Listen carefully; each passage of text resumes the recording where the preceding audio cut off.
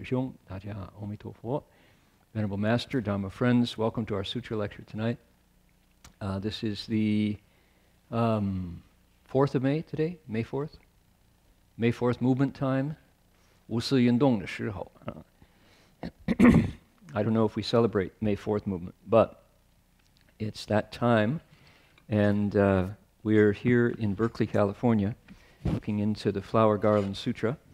And what we do before we actually open the text is we recite the name of the sutra and also the Buddhas and Bodhisattvas. It's the practice of invocation. So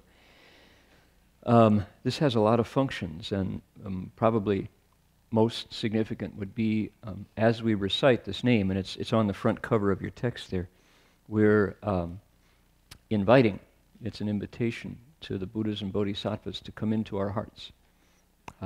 To physically know, but their light and their samadhi, their stillness, their capacity to understand. So the intent is that by doing that, we'll be open to the deeper levels of this text. It'll go in deeper. So let's do that.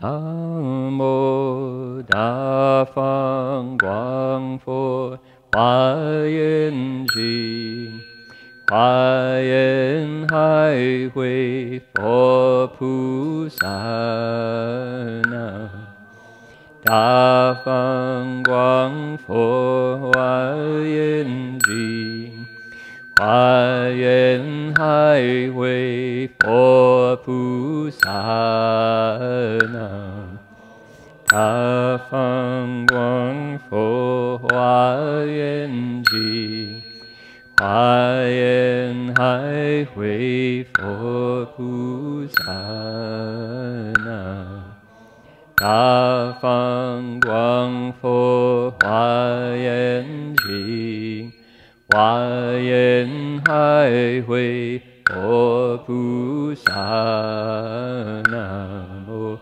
Da Fang Guang Fo Hua Yin Ji Hua Yin Hai Hui Fo Pu Sa Na Mo Da Fang Guang Fo Hua Yin Ji Hua Yin Hai Hui Fo Pu Sa Na Mo Da Fang Guang Fo Hua Yin Ji Hua Yin Hai Hui Fo Pu Sa.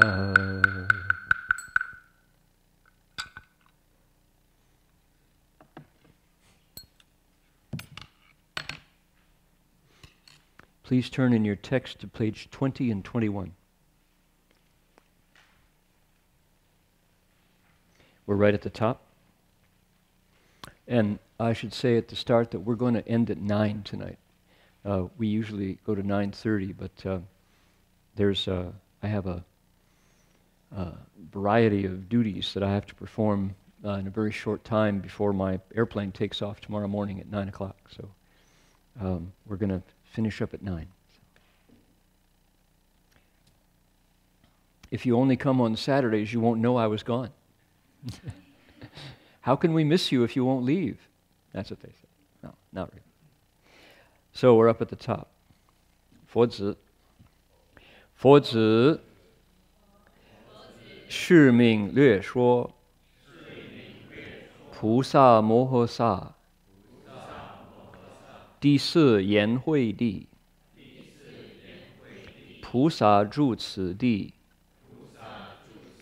多作许耶摩天王以善方便能出众生身见等惑令住正见. Okay, to the right, disciples of the Buddha. This is known as a general discussion of the Bodhisattva Mahasattvas, fourth ground, that of blazing wisdom. When the bodhisattva dwells upon this ground, for the most part he becomes a king of the Suyama heaven. Using skillful expedients, he can make living beings expel their delusions, such as the view of a body, and so forth, and influence them to hold right views. Okay. So let's try our best to go deep into this text. This is a very, very old book, if you look at it as a book. It's wisdom that goes further than most thoughts. It sees deeper. And to understand it at another level than just the level that we read books at, we have to take a big deep breath, in a way. Have to kind of settle in for the long haul. The quieter and calmer our minds and hearts, the more this will resonate. It actually lights up. It serves kind of as a flashlight down in the deeper parts of the mind, where we only get through wanting to, through intentionally listening deep to what's going on inside. So I think that's why it's still around after all these years, because it works that way for so many people. It's like a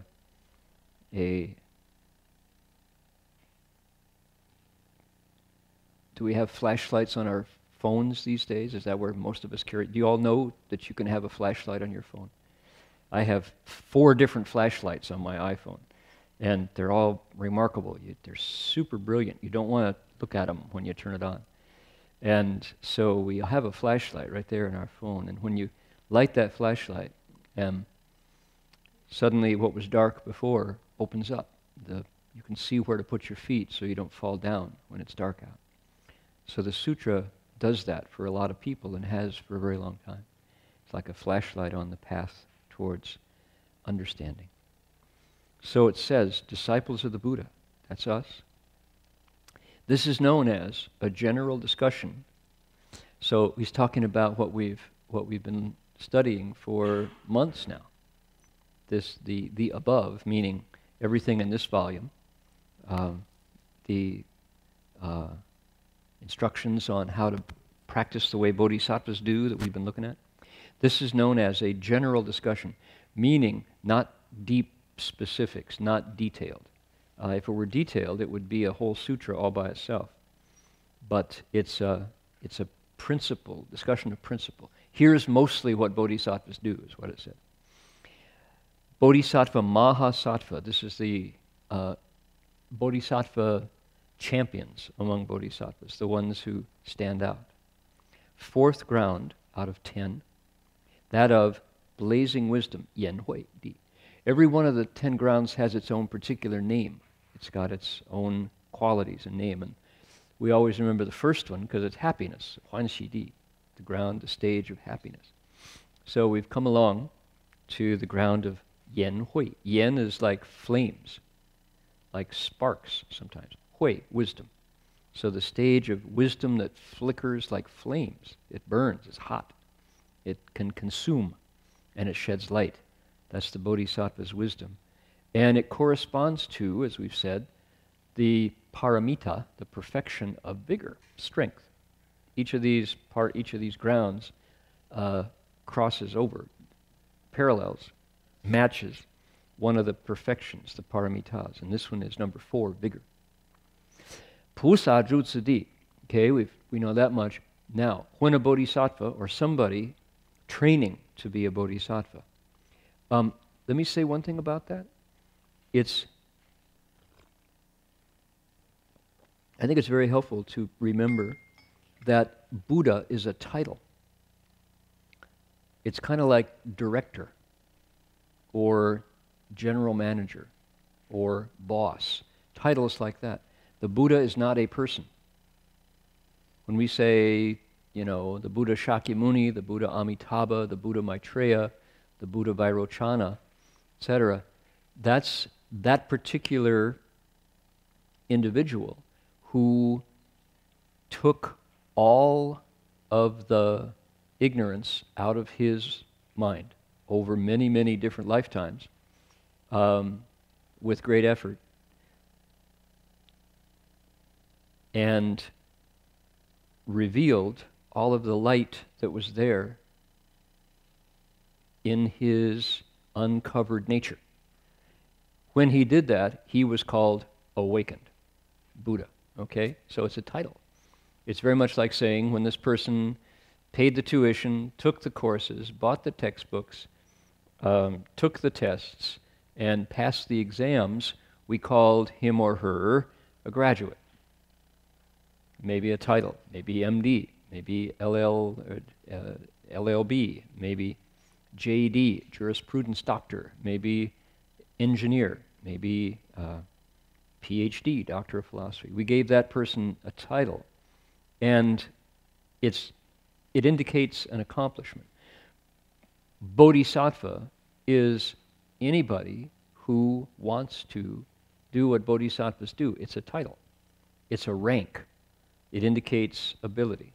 You're able to see and think these ways, because this is what bodhisattvas do. So I think that's really helpful to realize that. It's not that there is a bodhisattva once upon a time who was so good or so special or so privileged that they were able to have us tell their story centuries, millennia later. No, it's you, when you do what this level of skill would have you do, you fill in that title. You become the bodhisattva the sutra's talking about. So that's an interesting way to look at it. It takes it off individuals and puts it into your heart, into your body and mind. And it becomes very democratic instead of being exclusive or privileged. It's not, oh, the rich people on the hill get to be bodhisattvas and we down here in the flats don't. It's not that. It's that anybody who takes this on and works hard can fill in, put their face in this generic space called the bodhisattva's visage. Okay? When the bodhisattva, Zhu Cidi, lives here, Zhu, does he dwell? Who dwells? This is where I dwell. No. What do we say? Where I live. This is where I live. Zhu here. Just means when the bodhisattva stays here. When that person is on this stage, fourth stage. When somebody who's cultivating stays on this level. I think that's the way to think about it. It's not when the bodhisattva dwells here. We hit on that word when we were translating early and it stuck, but I don't think of anybody dwelling anywhere. Right? It means when you stay there, when you live there. When the bodhisattva passes through this place, 多做许耶摩天王, mostly, 多, for the most part, meaning there are exceptions. For the most part, the bodhisattva there, 做许耶摩天王. What does that mean? It means this bodhisattva is in the body of a god. Look at that. So where do bodhisattvas live? Well, they live in the desire realm. 须耶摩天 is the Suyama heaven. It's a desire realm heaven. It's under Mara, still in desire. It's one of the levels of the heavens. And do we have a sense of what this might mean? Heavens, from the Buddhist point of view, are a place. This is a geographical reference. There is a place called the Suyama heaven, and it's usually they go up. You think up. You don't think in or left. It's usually up. If you think of hells as down, then heavens are up. But it's more than that. It's more than just, let's go to the heavens, let's go to the Suyama heaven.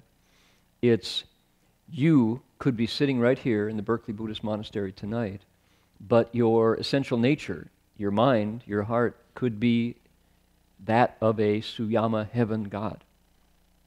And unless you're telling us, we don't know. And if you tell us, we will suspect you. We will have serious doubts if you say, did you know I'm actually a Suyama heaven god? Oh yeah, prove it. Shazam! Oh, my goodness. Maybe you, would you sign my sutra, please? Could you sign right here? So, what is a Suyama heaven god? How would you know? Well, they wouldn't tell you, but you'd see a peaceful, calm state of mind, for sure. Somebody who would probably be radiant. What is it about the Suyama heaven? Well, one of the neat things about the sutras is they talk about the heavens in great detail. The heaven of the 4 kings, the heaven of the 33 gods, Santra Santien.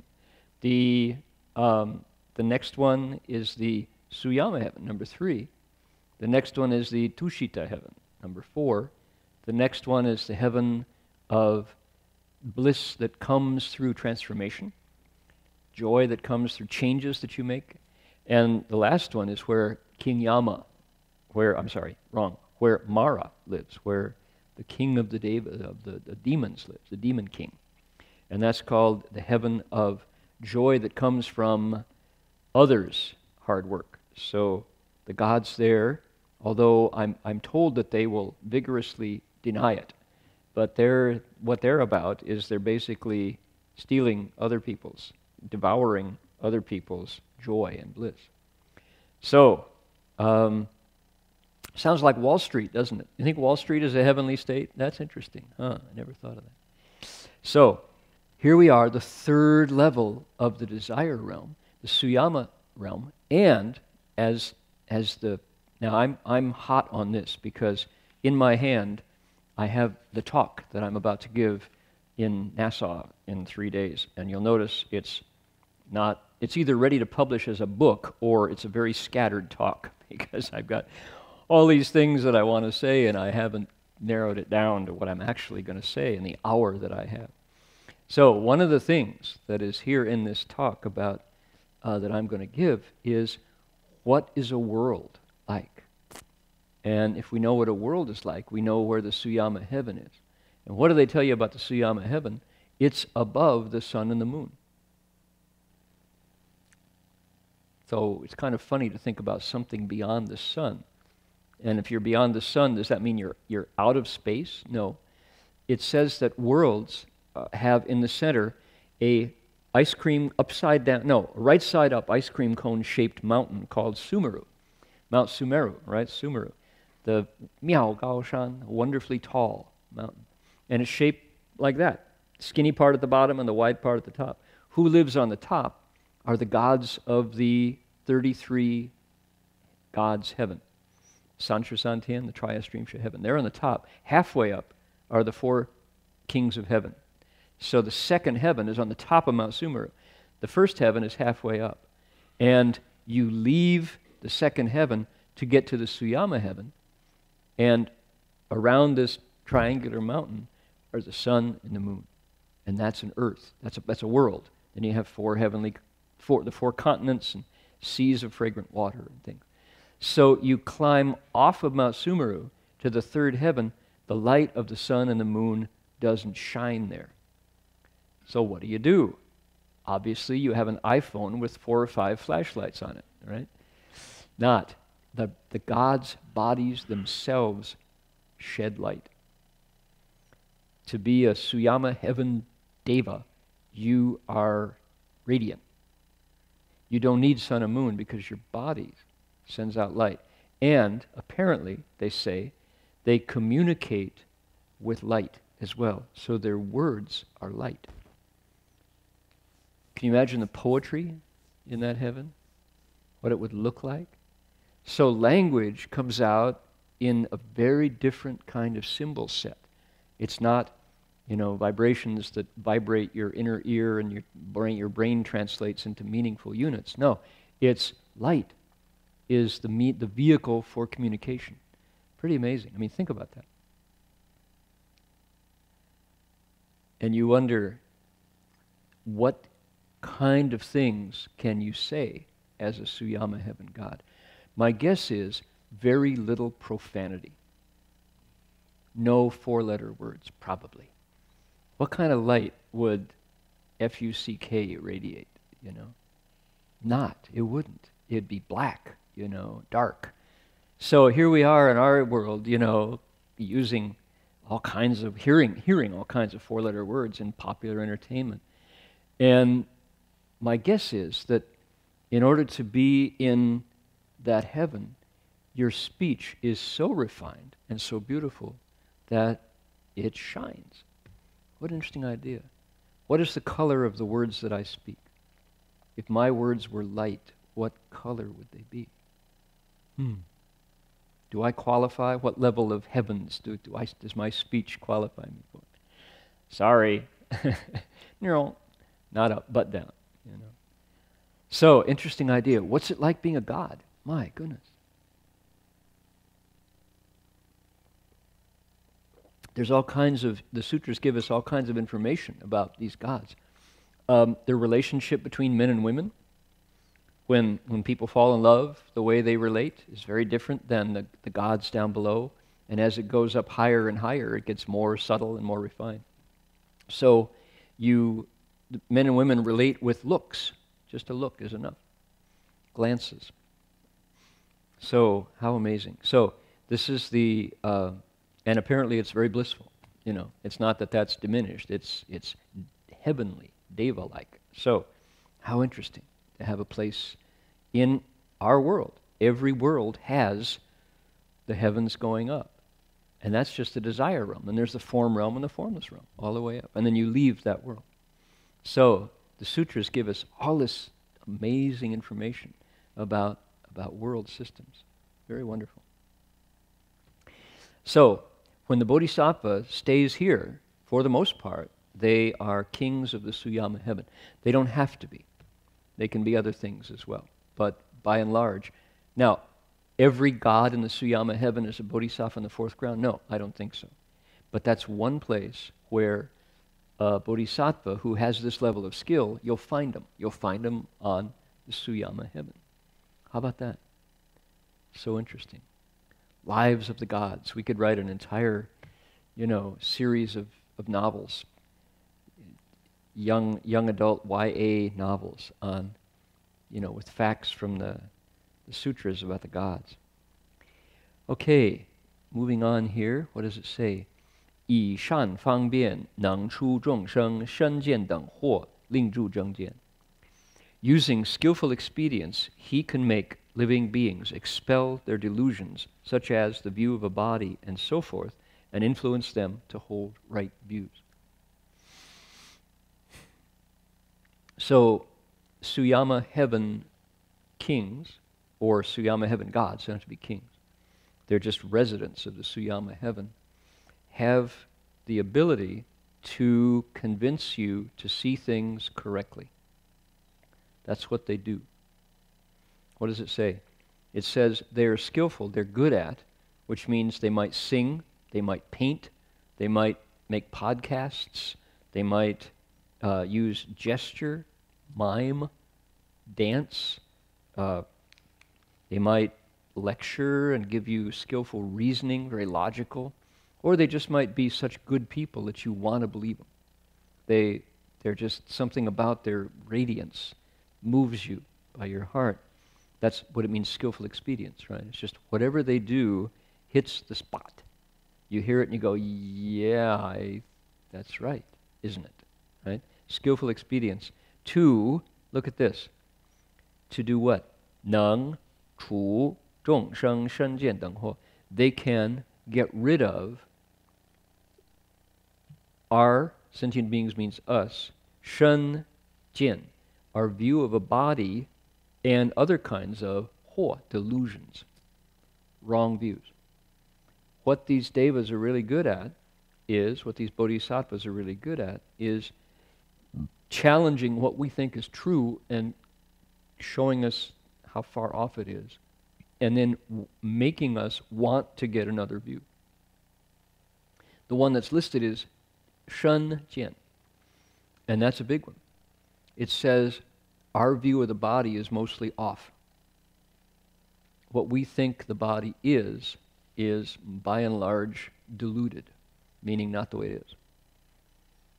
And there's a series of what are called xiejian, wrong views. And there are different lists of them. But it's a fascinating list, and we will go into it on another occasion. It's a great Dharma talk topic. So the novices or anybody who has a chance to speak Dharma, pick up the various false views, the xiejian, the wrong views, that when it's the list. And you'll have a lot of material for Dharma talks. One of them is fascinating. It's the view of prohibitive morality. It's being too uptight, overdoing the precepts. That's a wrong view that the Buddha listed. So the view of precepts that become limiting just for themselves versus precepts that keep us from doing behaviors that will move us from samadhi. One of the wrong views is precepts that become an obstacle themselves. That's how psychologically astute the Buddha is, tuned in. There are some people who just love to tell you no, right? Don't, do not, do not, do not. And they get their identity from being the cop, your policeman, uninvited usually. So that's one of these false views. But the one they mention is Shen Jian. And that could be the end of the lecture tonight if we went deeply into that, just talking about the body. If we did not see the body deluded, if we saw the body with zheng jian, as it says, ling zhu zheng jian, so that we can stay with right views, if that were true, cosmetic companies would go out of business. L'Oreal and Johnson & Johnson, we wouldn't have those companies getting us to look in the mirror and go, I don't like what I see, I want to change it, right? My body, that there's a bad hair day, or I need to pluck my eyebrows, right? Or these shoes just, or these shorts make me look fat, right? It's like, come on. Diets would go away if we saw the body the way it is, instead of the way the marketplace wants us to see it, so that we will reach for that plastic credit card and plunk it down and buy the product. So advertising and corporations exist because of our shenjian, our view of the body. It's true. Doctors, plastic surgery. Imagine, plastic surgery. Did anybody see, by the way, this was, I look at photography blogs. I'm interested in the phenomenon of photography, writing with light, right? Japanese is shiezhen, writing true. I like that. Photography, writing with light. And there's one called Petapixel, run by some guys originally from Davis. And petapixel.org or .net, just type that in, you'll find it. They're keeping up on the phenomena surrounding photography. So, for example, combat photographers who go into war zones and what they bring back. The fact that Kodak's film division was finally sold. Kodak was synonymous with they're gone, but they're not entirely gone. People are still buying them and stuff. So Petapixel, this blog that I enjoy, is talking about that. And when there's some breakthrough, there's a Canadian astronaut who's sending incredible photographs back from the station right now, the space station. Anyway, they always cover the phenomena around photography. And one of the most interesting ones that came up in the last couple weeks was there is Miss Korea contest is being run. I don't know if it's Miss Universe or whatever the beauty pageant. But 22 young women made it to the finals. And somebody in Japan noticed a phenomena that of these 22 young women, they all looked alike. And why are we chuckling? Because we know why they all looked alike. There is a phenomena in Korea, but other places too, where for birthdays, for graduation, parents give their daughters plastic surgery. If you want to get wealthy in a hurry, become a plastic surgeon and move to Korea. Because even politicians have plastic surgery. It's a very common phenomenon that people will have just work done on every part of their body, from head to toe, you know. And so here were these beauty pageant contestants, and this clever photographer, first in Japan, but then it went around, it became viral. She took the eyes and stabilized the eyes and the nose. Using Photoshop, you can do that. They put you can drag every photograph until the eyes match on a different layer right over the top of each other one. So they stabilized the eyes and the nose, and then made an animated GIF file of flipping through all the 22. The eyes and the nose were the same in every contestant except like two. And the pictures went flip, flip, flip, flip, flip. The eyes didn't move and the nose didn't move. It was the same. And they looked into it. It's because the same plastic surgeons, using the same model of beauty, operated on all these young women. They were actually alike, just alike. And people thought, well, number one, how are you going to choose the queen, the winner out of all these young women who were surgically adjusted to look just the same? Amazing. And the only thing that was different was, in some cases, hair color, because they changed their cheekbones, they changed their foreheads, they changed their noses, of course their eyes, and their mouths, and to make them all look beautiful, according to a couple templates that the doctors, as they go through medical school, are told is the standard for beauty. They're very good plastic surgeons, and they made these girls look like models. They look like, I mean, model meaning template model, stencil model, you know, not like fashion models. They were that too, but how funny. And so the pictures flip by, and you're going, is that one girl or 22 girls? And the answer is, they look all alike. So, are we confused about our shunjian? Is that a delusion? Well, I don't know. Maybe these girls are very happy, you know, to look beautiful according to the new Korean standard of beauty. But it makes the beauty pageant judge's job really tough to pick one out of that bunch. So, Korea, everyone was amazed when the mayor of Seoul confessed that he had had plastic surgery done, you know, men too, not just women. So it is a cultural phenomena that people expect in their lifetime to have a doctor sculpt their faces and bodies into something that they weren't born into, you know. Could I use some? I guess so. I'm kind of, you know, look younger, a lot younger. Right? It wouldn't hurt a bit. Just, you know, hey, we haven't seen the monk for a week. When he comes back, he's got bruises, you know, and some lines here. Oh boy, you're looking a lot younger, Dharma Master. You know, so.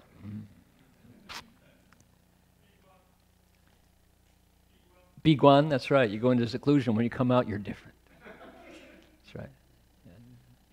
Well, imagine if we could have our Buddha nature go under the knife, right? Have some plastic surgery on our Buddha nature, removing all the ignorance, removing all the delusions. Wouldn't that be good? We'd have one Buddha template and everybody fits it. Fascinating.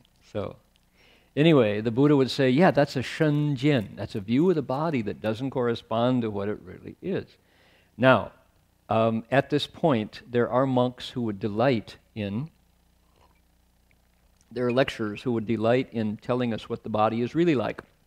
And I am not one of those monks, because we've done it before. But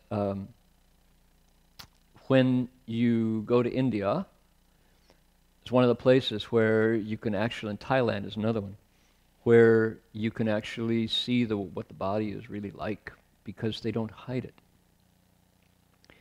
We go to great efforts to hide what the body is like. And just for an example, what's the biggest organ of the body? The answer is the skin. The skin is the biggest organ of the body. It is. It is one organ. And as all living things, it has four phases: intake, compression, power, and exhaust. Right? Any of you mechanical engineers? Intake, compression, power, exhaust. Right? Like the engine, the cylinder in a car. Intake comes the gas and the air. Compression, the piston comes up. Power, the spark. Exhaust, out goes the gas, out goes the carbon monoxide and all, and the pistons go, and the engine moves, right? Our heart does the very same thing. Intake, compression, power, exhaust. All things that beat like that have the exhaust phase. Our skin exhausts, excretes stuff. What is it? Sweat, fat, burned proteins, water, oil, all the different things that our skin does very well, thank goodness. You know, I'm going to sneeze here. That was the exhaust phase. All right. There's a fascinating new analysis of why humans are the dominant species of all the other ones. I mean, look at us. Face to face with a four-legged creature who has and right, and can run fast. Why did we succeed? We are defenseless. I mean, that's really fragile, you know? Any critter with teeth can eat me up. I have no defense. Why did humans succeed? Fascinating story. I'll tell you why. Aren't you glad you came tonight? Here is why humanity is the #1 successful species. It's because of our skin. What? Yeah, it's true.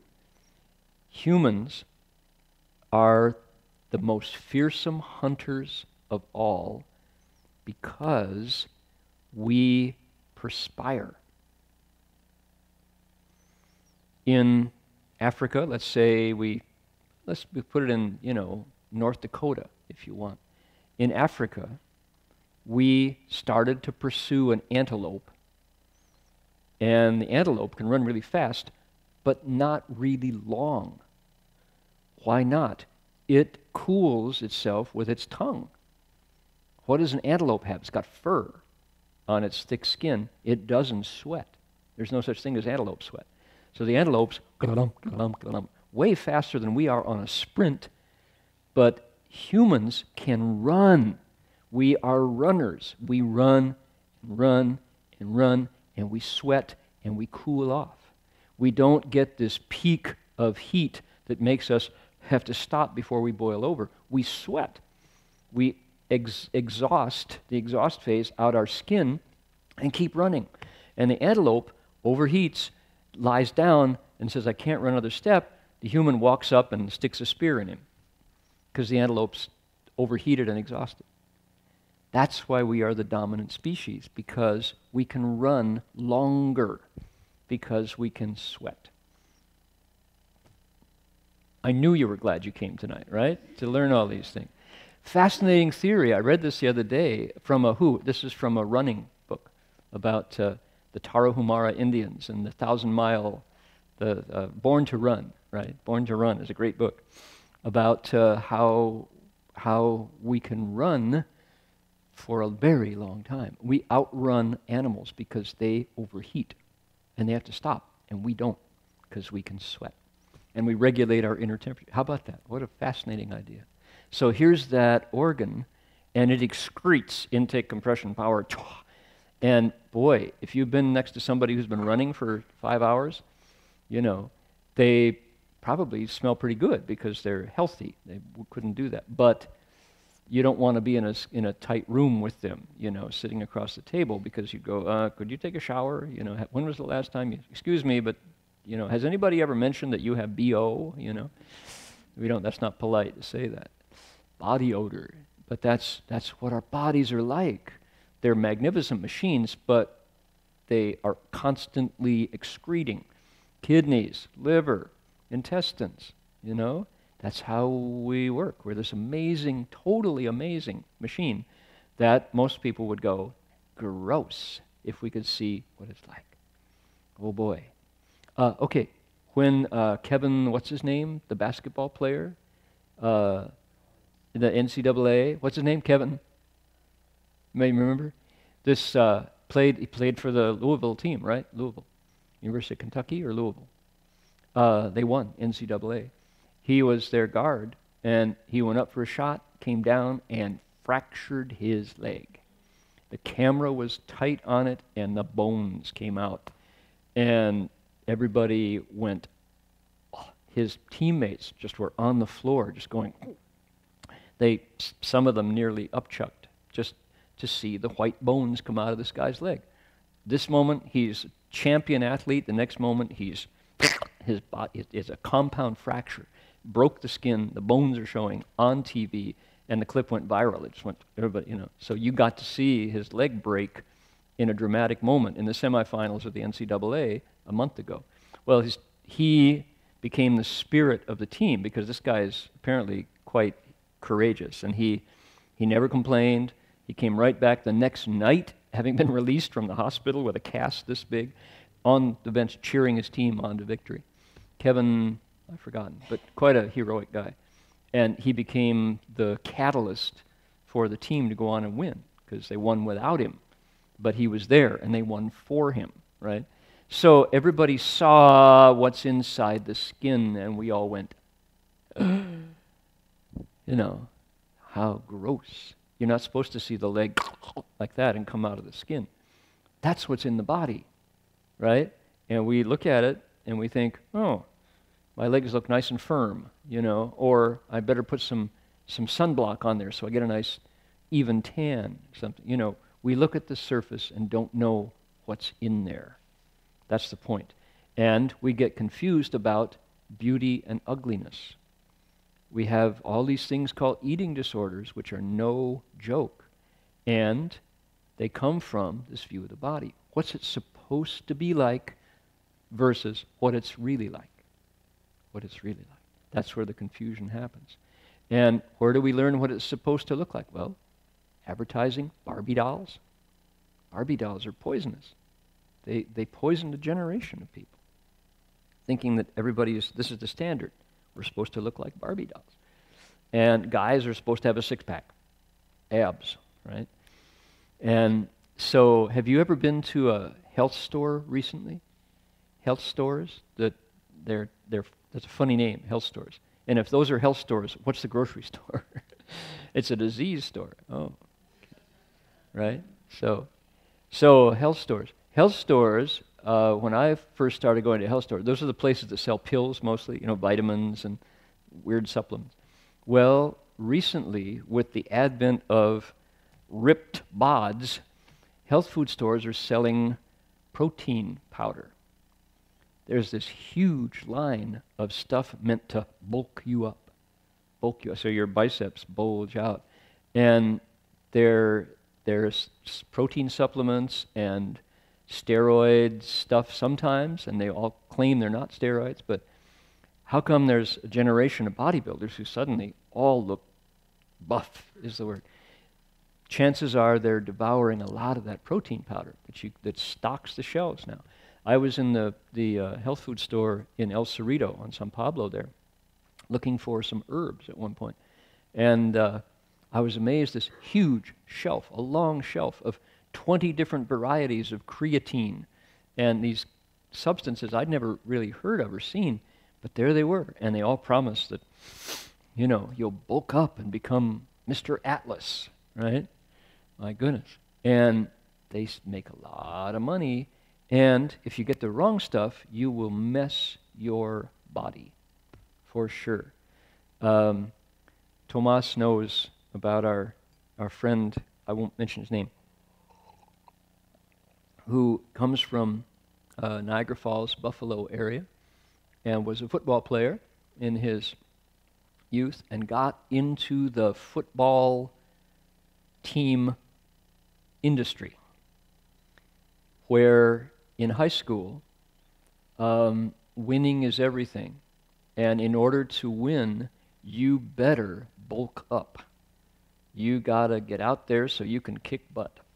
And it's the reason I know this is because our friend, when we were walking from the bus stop at the foot of Dayushan up to Zixing Monastery, our monastery in Hong Kong is up on the mountain, and you have to walk the last couple miles up to it. And he and I had a chance to investigate his experience as a football player in high school in America just a couple years back, because he's a young guy. And he was telling me about the culture of protein supplements for the body, for bodybuilding, and what it does to your mind, and what it does to your nervous system, and what it does to your digestion, and what it does to your emotions. And when you cram your body with this fabricated substance, you get big fast, but it creates especially if it has any kind of steroids in it, and these should be controlled substances. Some places they are, some not, right? Steroids, I'm not sure whether they're illegal or not now, but at one point they were not. They were just, people were still experimenting on them. And he said when you take a 16-year-old, 17-year-old kid who's already trying to deal with his hormones, right? We're talking about guys, and they're trying to sort out all these, that their body is new every day, something different, and there's an awkward time when you reach for stuff and you knock it over because your body's new, different than it was yesterday, Every guy goes through this. And then you add this super stimulant that makes the body grow at a faster rate than normal. What happens is it increases aggression, and it desensitizes to pain, for example. So you have these guys who are motivated by sensations in their body and numbed to proper sensations in their body to do things like banging themselves on each other and on tackling dummies and fists to jaw, and the kind of music.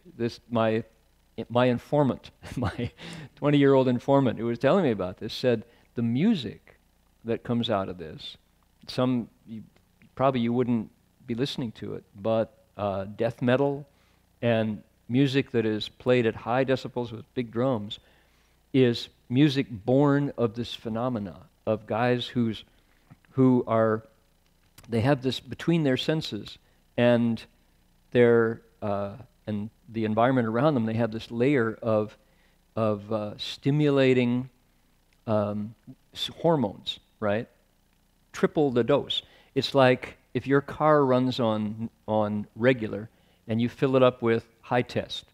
If you put Supreme, in your car instead of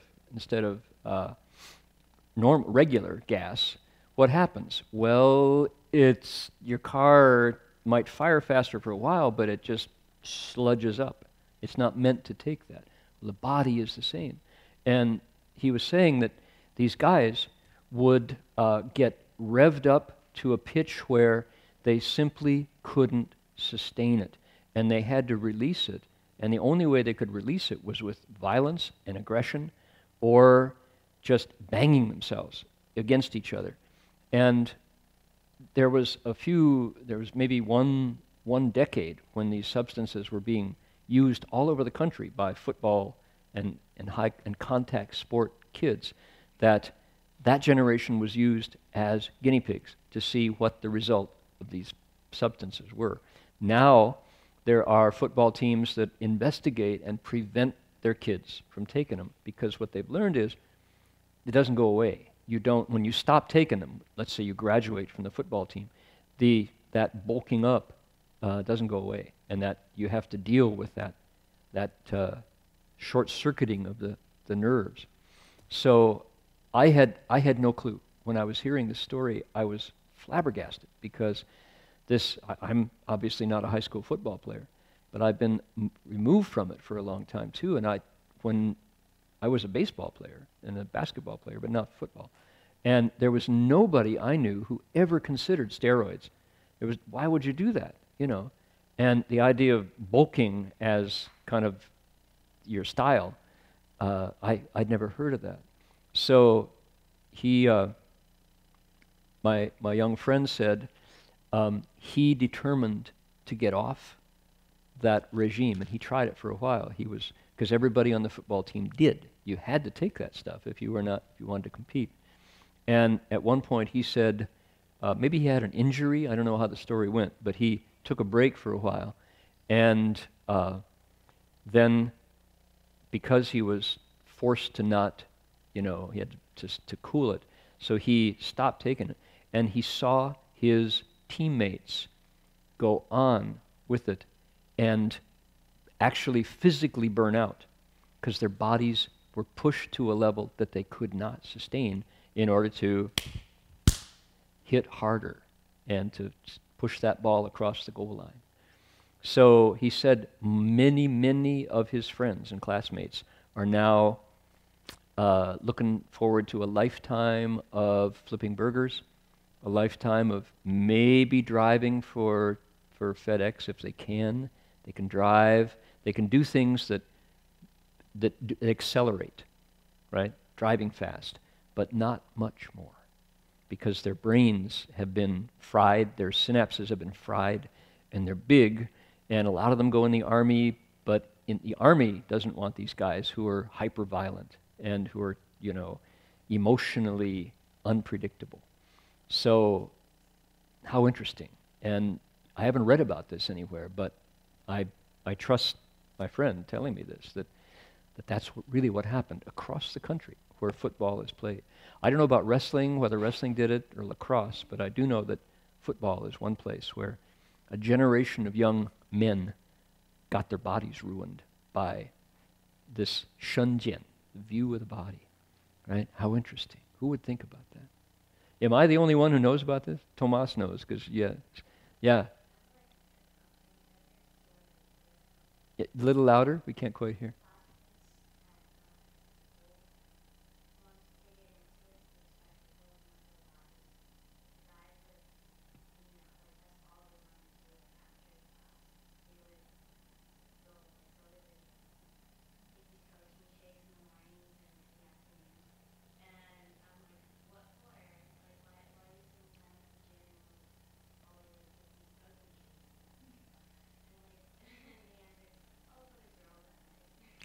Right. Yeah. So Connie is saying that she's heard that she knows classmates who go to the gym and pump iron in order to pump up. She asked why to do that, and the answer was for the girls at night, And okay, well that's kind of young, but still, you think about it, it's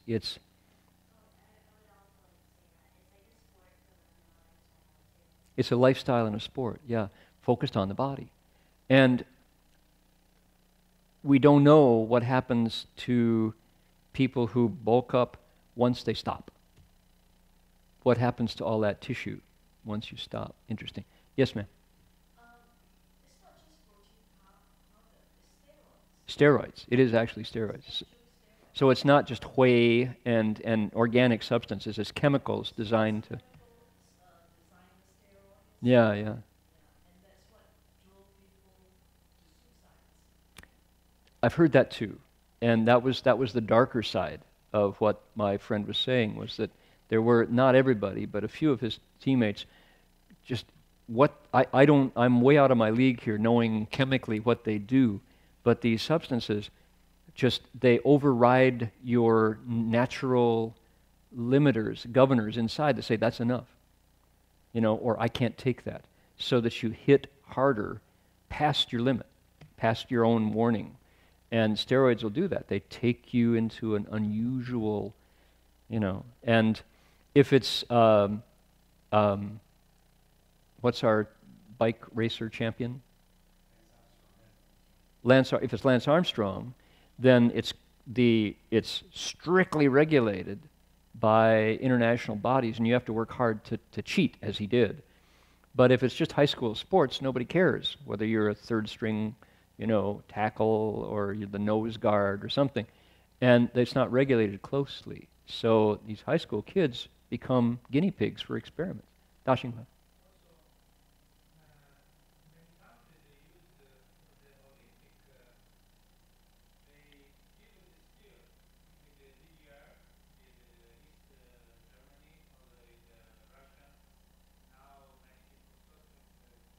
China.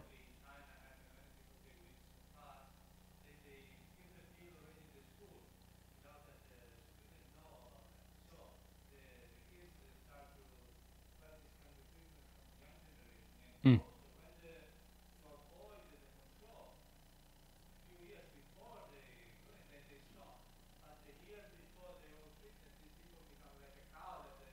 Mm.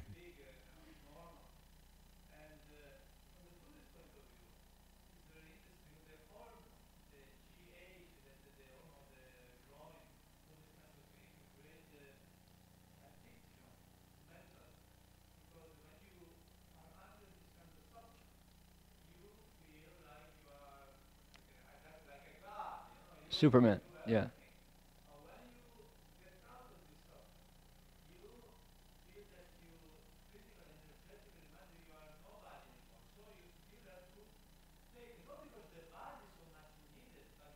For the mind, yeah.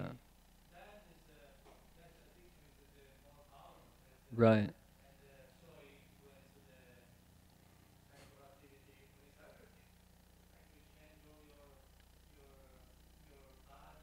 Chemistry. Correct. Yeah. Yeah.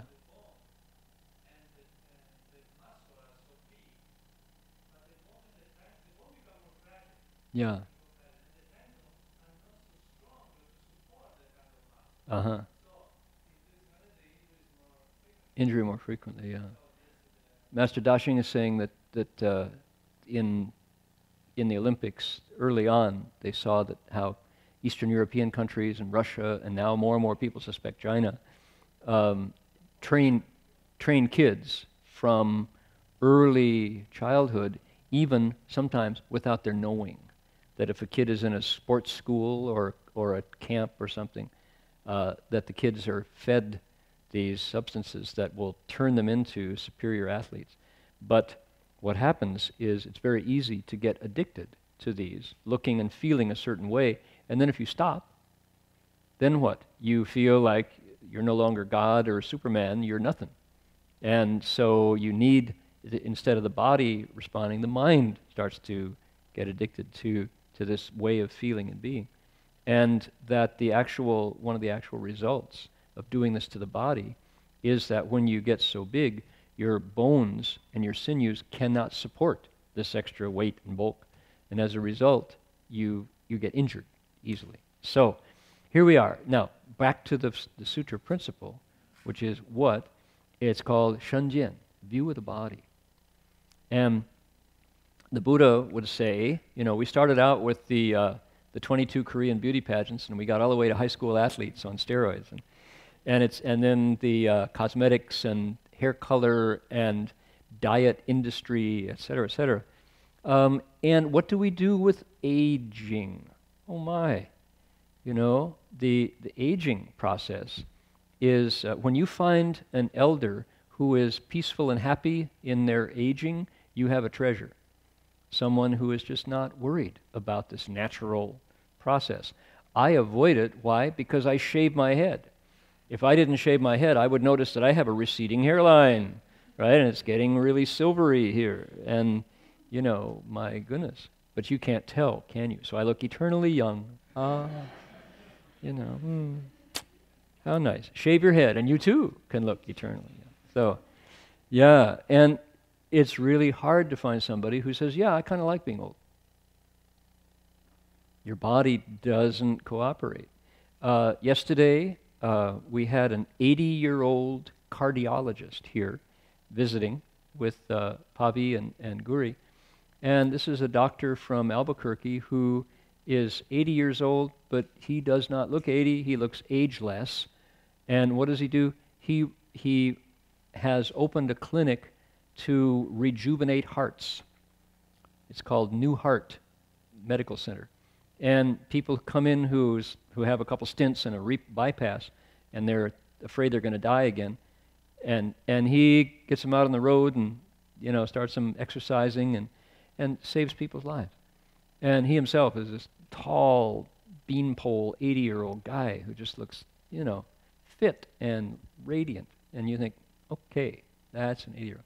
Today we had a 90-year-old woman from Manchuria here for lunch, Mrs. Han Nivelo, who's been the Chinese teacher at Laney College for 30-plus years. 90 years old. Nobody believed it. She's 90. She's just, straight and strong and radiant and happy. So it's the view of the body that invites us to get to that place where we say, old, gray hair, wrinkles, yeah, I kind of like it. I think it suits me. Who could say that? Nobody. It's like, I got to do something about it. Dye my hair, get a facelift, plastic surgery. Oh my. So it's a big one. It's a really big one. That's the point of all this, is to say, yeah, the Buddha is helping us by saying, where do we stand vis-a-vis the view of the body? It's a delusion. Why? Because it's not what we think. It's earth, air, fire, and water, here temporarily in this form, borrowed from the planet, and it's going to go back to the planet once we move on. It will. That's true. And so what do we do with it while we have it? Try to keep it healthy. Try to keep it balanced. Try to do as much good as possible with the body we have. Good enough. If we could just do that, we would be getting the benefit of being a Buddhist or listening to Buddhist sutras to, worth the price of admission, to be able to say, yeah, this one's here now. I've had other ones. I'm going to have another one. Let me do good deeds with it while I can. And if I can do that, the next one I get will be even better. I'll like it even more. I'll look in the mirror and I won't think, got to change that. I don't like that. Today I don't look like myself, And how wonderful to be able to say, this body is like a car. I drive it till I can't drive it anymore. There's another one ahead of me. I've had other cars. I'm going to drive it skillfully and make it a great vehicle. Take people along for the ride. Right on. That's figuring it out. What does it mean to figure it out? That, right? Not to get too hung up on the vehicle we have and just drive it well, In my camera blogs, there are these people who only talk about the cameras, never press the shutter, right? They're really attached to the latest and the neatest, and I suppose that's fun. It's hobbyists. But the purpose of the camera is to let light in through the lens so it makes an image, and you look at it and you go, yeah, it's very pretty, or that's the way it is. Nope. People talk about the megapixels on the sensor and how many degrees of what is it? The WD factor and whether the shutter is continuous focus. It's on and on and on. Endless. So we look at the body instead of looking with the body, right? We pay attention to the surface and forget that it's here to help us create merit, make people's pain go away. That's what it's about. So a bodhisattva who is skillful can use these expedients to help beings expel their delusions, such as the view of a body and so forth, and influence them to hold right views. Let me point to one more before we jump off it.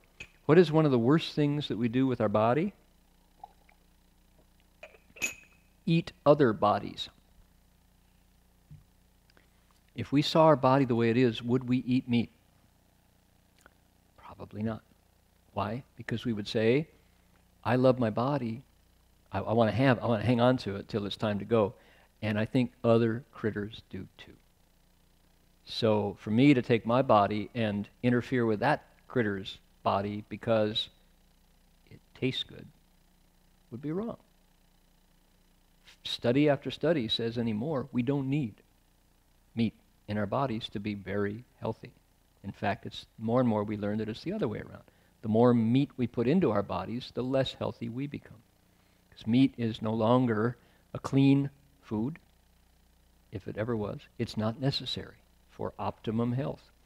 Talk about views of the body.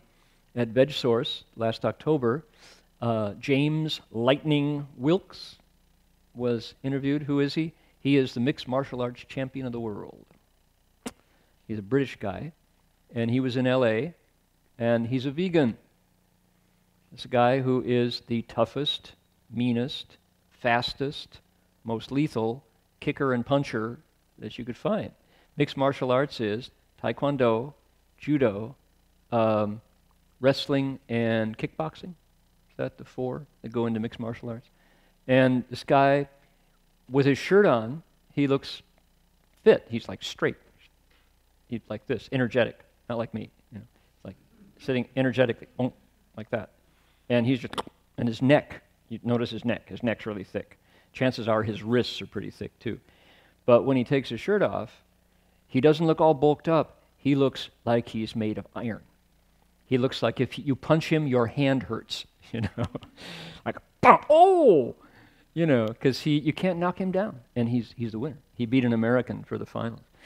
Vegan. Eats plants. Got to that strength and speed. And he talks like this. He says, you know, why do you... I eat this way because I find that I'm able to recover more quickly after my workouts. And I feel light, I feel quick, I feel good. Right. And don't get in my way. No, he doesn't say that, but you feel that. It's like, wow, this guy eats plants and he's the fastest. The best animal among humans in the world when it comes to knocking somebody down. Eats plants. His name is Lightning Wilkes, James Lightning. Okay, there you go. Think about that. All right. Need that beef. I want to get a Big Mac so my kid will get into Harvard. All right? Nope. Think again. Okay, moving on here. 不是爱欲利恨同事如是一切诸所作业皆不离念佛不离念法不离念僧乃至不离念具足一切种一切智智 In giving, kind words, beneficial conduct, and similar work, all of the karmic actions he performs are connected to mindfulness of the Buddha, connected to mindfulness of the Dharma, and connected to mindfulness of the Sangha, up to and including connected to mindfulness of endowment with the wisdom of all modes. This paragraph says that the bodhisattva has thoughts in his mind, no matter what he's doing, no matter what she's doing. What are they? Take a look. It's Fo, Fa, Sung, and Juzu Ichie. These are called the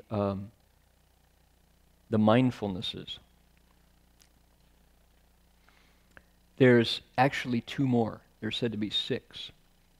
And the 2 that are not in this list are giving and the devas. So this bodhisattva does stuff because he's a god and he's probably busy teaching. Clearly he is. He's always using expedient means to get people to let go of their wrong views and pick up their good views, the right views. And it says in 4 things. Anybody know the name of this list? The first 4? 不是爱语离恨同事. What are these called? Anybody? What are they? In Chinese, you could say? Okay, yes. This side, what was it? Over here? The clock is ticking. Doesn't anybody want extra credit? Come on. They're called what? 四摄法. All right. We call them in English the 4 methods of attraction. The 4 ways of bringing people closer. 四摄法. 4 things that bring people in. These are bodhisattvas' power tools. And, you know, we talked about the Bodhi resolve. I want to become a Buddha ultimately, but the way I do it is by 化众生, by helping people get past their suffering. literally translates as changing living beings. That's what it means. How do you do it? If you want to change living beings, if you want to help people end their suffering, you better get close to them. You can't do it online. You have to actually get close to them. They have to hear your voice. They have to smell you. They have to like watch you smile, and watch the way you move. What are they? Giving, nice talk, things that help them out, and cooperation or teamwork. Those are the four. So if you want to cross somebody over, you have to give them things, you have to talk nicely, you have to help them, you have to work with them. 4 power tools that bodhisattvas use. So, 4 methods of attraction. And as the bodhisattva does those huge, you think about what was the last person you gave something to? Who was the last person you spoke nicely to? As you were doing that, what's going on in your mind? For the bodhisattva, it says all of the things that he or she does, buli, they're never away from nian, thoughts. What kind of thoughts? It gives us 4. He's thinking of the Buddha, in other words, awakening, enlightenment, light. He's thinking of the Dharma, in other words, practice, methods, techniques, skillful procedures. Thinking of the Sangha, that is to say, a community devoted to the Dharma, and thinking of wisdom. And it's got a fancy name. Juzu yi che zhong yi che zhi zhi is the Buddha's wisdom. There are 2 more in there, which are thinking of giving and thinking of the state of the devas, in other words, a state of purity. So as the bodhisattva is helping people, he's got his mind on these, or she has her mind on these. That's what's in their mind. Not bad. Some people have thoughts of day trading, stocks they wish they'd bought because they went up yesterday and you missed. Other people are thinking today, anybody thinking about horse racing? Today was the Kentucky Derby. I need to ask, how many people are aware of the Kentucky Derby happening today? Okay, a few. All right. People who grew up in New York. Yeah, we know that. Americans. I grew up, man, everybody knew the Kentucky Derby. Everybody. It was a holiday. Yeah. And the Indy 500 was another one. Indianapolis 500 road race. Different culture. Midwestern American culture knew these things. Indy 500, Kentucky Derby. Okay, what is the racing's Triple Crown? 4 extra credit on the exam. After the Kentucky Derby comes starts with a B, Belmont, followed by Preakness. Preakness. Okay. 5 points to Kevin and Phil. All right. Racing's Triple Crown. We have not had a Triple Crown winner, one horse that won all 3 for a very long time. Last year's, I forget his name, but he got 2 out of 3. Almost won. So, see all these facts you'd never know if you didn't come to Sutra lecture, by golly. So, yeah, and it's a horse race. So, some of us are thinking, none of us here, but we have a racetrack right down at the end of University Avenue and Golden Gate Fields, by golly. I got here in 71 and it was big. Racing, you go by there and it was blazing with light at night. And I used to live in Albany Hill when I was a grad student. And I'd be studying Chinese literature, and then I would hear behind me this roar. And it's the last 200 yards of the race. The horses are, heading for the finish line, galloping as fast as they possibly can go. These beautiful animals. And the stands, because these people have hundreds of dollars riding on, a fraction of a nose. And I think, oh, the races. The roar would fill the east side of the bay, And then they'd pipe down. You wouldn't hear anything for 30 minutes, and then second race. That was a way of life, and pretty much over. Golden Gate Fields is rarely used anymore. What's the one in San Jose they shut? You guys are South Bay folks. Down by the airport, it's the other racetrack. What was it called? Come on, Palo Alto. What was the name of the racetrack down there? You remember? You guys don't know? It was shut not long ago. It was historic racetrack. Back before the war, after the Depression, horse racing in America was a major cultural event. It was, Seabiscuit and all that. All right. We can't go too far afield as we illustrate these principles. So, right. So. Horse racing. So, yeah, some people, keep that in mind. The bodhisattva has the Buddha, the Dharma, the Sangha, wisdom, giving, gods, devas, in his mind as he or she gives, as they bring people in. So for sure, their behavior, their thoughts and actions are tuned in on the three jewels, the three gems, and wisdom. All right. That's our bodhisattva on the fourth stage, the fourth ground. He's going to talk, he's going to make a reflection in the next paragraph, and then we're going to find out, here's our refrain, how many Buddhas this bodhisattva sees. And then how long these thoughts go. And after that, we are in the verses. If you turn over to page 23, 25, 27, we're done with the verses, and that's the fourth ground. So that will be next week. We're going to get there for sure. I'm going to get to the verses. Now, I want to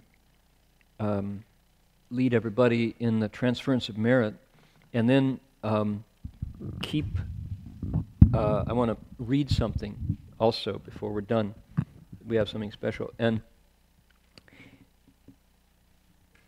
somebody reminded me that right this minute, Malaysia is in the process of an election. The voting is happening now. And while we don't do politics here, even in this country, I don't ever indicate my preferences because I'm in a privileged position here, the bully pulpit, and I don't want to. That would be to abuse this role. But I can encourage people to put their hearts out in a wish for peaceful transition of power. There is some fear that there could be violence in Malaysia because many, many, many eyes and hearts are on that election, and hoping that the transfer of power can be peaceful and harmonious, and that the interests of the people will be served. It'd be wonderful if Malaysia could teach America something about fair and even politics without corruption and without money talking versus people's best interests talking. And Malaysia has had a history of racial violence and political violence, but not for a long time. And it's the joy of Malaysian politics is that it's moderate and very progressive. My example is when you ride the freeways in Malaysia, when you stop off at a roadside rest, when you have to get gas or get a drink, the gas stations are spotless, sanitary, clean places where all these volunteers, they're employees, they're not volunteers, they come out with gloves on, and uniforms and help you fill your tank with gas and get whatever refreshments you need, use the bathrooms that are spotless. And that's the rule, not the exception. It's amazing how, and then you come back to, Highway 5 going north. Oh, my goodness. So Malaysia is a wonderful place, and a lot is up for grabs. Some people are calling it the biggest election in the history of Malaysia. Vince?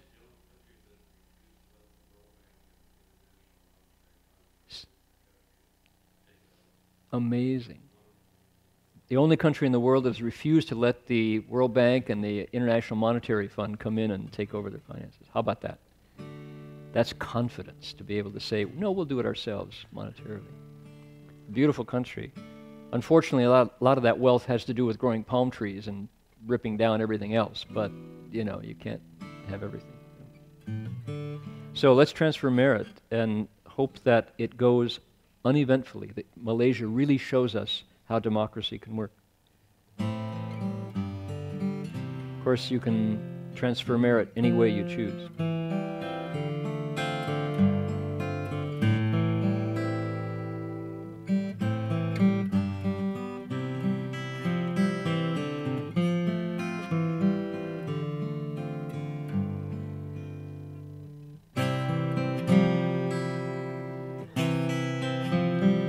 May every living being, our minds as one and radiant with light, share the fruits of peace with hearts of goodness, luminous and bright. If people hear and see how hands and hearts can find in giving unity, may their minds awake to great compassion, wisdom, and to joy. May kindness find reward, may all who sorrow leave their grief and pain. May this boundless light break the darkness of their endless night. Because our hearts are one, this world of pain turns into paradise. May all become compassionate and wise. May all become compassionate and wise.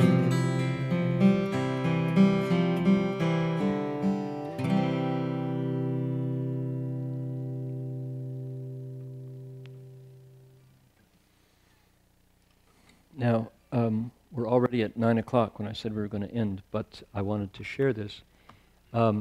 Last week, I shared with you some of the responses of students that I taught in Australia, and it was a real privilege, unexpected, to be able to get into the minds of these very mainstream, normal folks who saw Buddhism fresh for the very first time. And let me share with you some of their thoughts, just 500-word essays. The question on the final exam was, write 500 words about any thoughts that have changed since you took the Buddhist philosophy course. This is a young woman from Illinois. Buddhist philosophy has been an extremely influential course in my collegiate career. I initially took the class to fulfill a required theology credit for my university back home.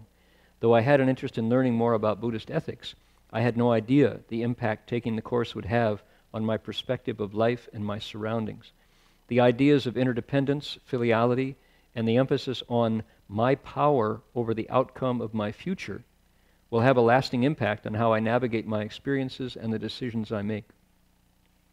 Interdependence through same body great compassion has helped me to appreciate all aspects of life. I've always considered myself to be a caring individual, especially relating to nature. I feel like the concept of same body great compassion, tong ti da bei, has awakened these sensitivities by making me constantly aware of my relationship with all living things. Understanding that the same elements of earth, air, fire, and water reside in all beings, usually being utilized in the same ways, makes me appreciate the world around me.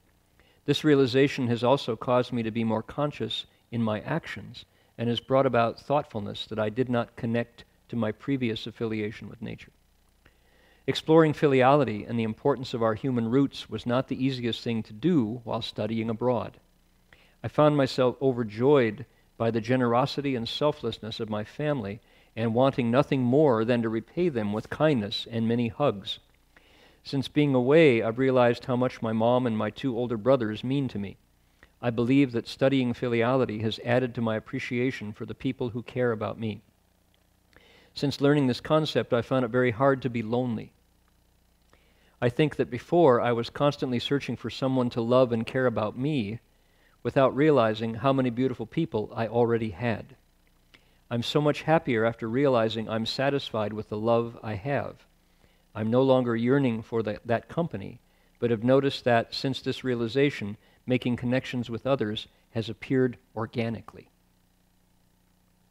The final thing I learned through Buddhist philosophy was that has had the largest impact on my daily experience is knowing that I'm in charge of my own life. I'm in charge of my own life. My decisions are what shape my future. Growing up in the Catholic Church, this idea has never been presented relating to spirituality. I always found it contradicting that an individual was punished for his or her sins, but God was the one who determined their life path. Not only was being introduced to Buddhism a way to better understand why I experienced hardships, but also a solution to them. It has been wonderful medication for self-pity. I'm offered the explanation that my past actions are what are bringing about my current situation, which makes difficulties easier to be at peace with. I'm also reminded that good deeds I do now will help me later. It's easy to believe that doing good goes unrewarded. Buddhist philosophy stresses that although doing good won't necessarily pay off immediately, it is in your best interests in the long run. How about that? Impressive. One more here. This is a young woman from New England, from Connecticut, who she described herself as a leader in college. She was in a sorority, but somebody who never considered herself deep in any way. That's how she explained it in her first writing. And turns out that much deeper than she knew. Buddhist philosophy has influenced my thoughts and actions in many ways. The 3 topics I will focus on are storytelling as a primary means for carrying on wisdom and values, precepts as doors to liberation, not as obstacles to freedom, and who is in charge of my life and how to become the architect of my future.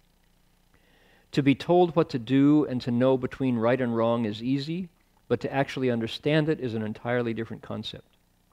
A parent, friend, teacher, or religious figure can strictly tell you, but it's far more effective to ensure the person understands through storytelling. Also, it's an excellent way to keep people's attention and grasp the value you're trying to illustrate. This is very effective for children especially. I've truly enjoyed watching other students present their projects through stories or puppets in this class. I'm afraid I infected them with the puppet dharma. I'm sorry. I was able to understand the points they were trying to get across, especially the humorous Bill Clinton puppet a fellow student made to explain the 5 precepts. It was classic. It looked just like him. It's great. I did not have any connection with that. As I touched upon in question 4, precepts are extremely important to liberate ourselves from suffering. I'm Catholic, so the precepts interrelate with the 10 Commandments that I always try to abide by. However, I like how Buddhist philosophy not only focuses on how these affect your life, but also how it affects others and the world around you. They do not tie you down and keep you from living free, but rather they are what set you free. They keep you living an honest and moral life. If we follow the precepts, we will not have to worry about karma because our righteous actions are enough to put us on the right track to liberation. This is a Catholic college student who's never heard Buddhism before. When I first began learning about the precepts, I thought they were meant to be taken in a specific and literal sense. For example, when they say abstain from killing, they also mean animals or insects. I've never thought stepping on an ant as something that will have consequences. Now I will try harder to protect all of Earth's living creatures. As a Catholic, I was always taught that God had control over my life. The decisions He makes are beyond my control, and I cannot change that. After taking this class, it's opened me up to a different perspective. I believe that every decision I make is my responsibility, and I'm the only person that controls that. I determine the outcomes of what happens to me on a daily basis. It isn't fate or luck, but it's based on what I put into the situation. My input always affects my output. No one else is to be blamed but myself if something does not go as planned or go the way I originally wanted it to. In order to create a better future, I need to work on myself in the present. These are only a few things I learned this semester from Buddhist philosophy. It's opened my eyes to a new way of looking at myself and the world. I hope to continue the study of Buddhism and meditation in the future. How about that? That's really satisfying. For 13 weeks of 2 hours a week and, supportive readings. So, worth it, worth it. Yeah, I know. I've had the same thought, Phil. I'm thinking of writing to the students and saying, would you mind if we quote you, that's what you wrote was very, very helpful for other folks. And I think most of them will probably say, it's all right. I want all royalties and credits, but, now they'll probably say, no problem. Don't use my name, no problem. I don't want it to get back to my classmates back in Boston or Chicago or St. Louis that I've now been with the Buddhists. Maybe not. Maybe they're proud of it. Who knows? Okay, time is up. We will see you here next Saturday for the conclusion of the prose section of the fourth ground, and we'll move on to the verses. Please have a lovely, blessed week full of mindfulness of the Buddha, the Dharma, the Sangha, and wisdom. See you next week.